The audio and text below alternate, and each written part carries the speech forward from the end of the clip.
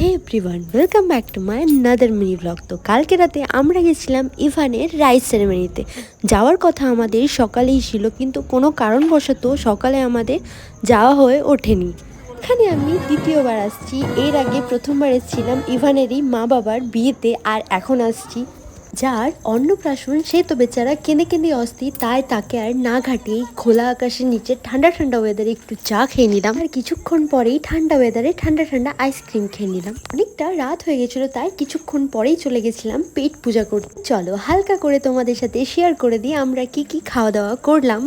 Two be honest, I am not a mutton lover, but বিয়ের পর শাশুড়ি মায়ের হাতে খেতে খেতে একটু আধটু আমারও এখন মাটন ভালো লাগে। ভোজের শেষে একটু মিষ্টি মুখ না করলে হয়, তাই খেয়ে নিয়েছিলাম পাটিসাপটা মিষ্টি। দেন খেয়ে নিলাম একটু কোল্ড ড্রিঙ্কস। হ্যাঁ, আইসক্রিমও ছিল, আইসক্রিমের স্টল বসছিল, সেখান থেকে 3-4টা আইসক্রিম আমরা আগেই খেয়ে নিয়েছি। এই ভিডিওতে এতটাই, ভিডিওটা করলাম এন্ড। দেখা হবে অন্য একটা মিনি ব্লগে। টাটা।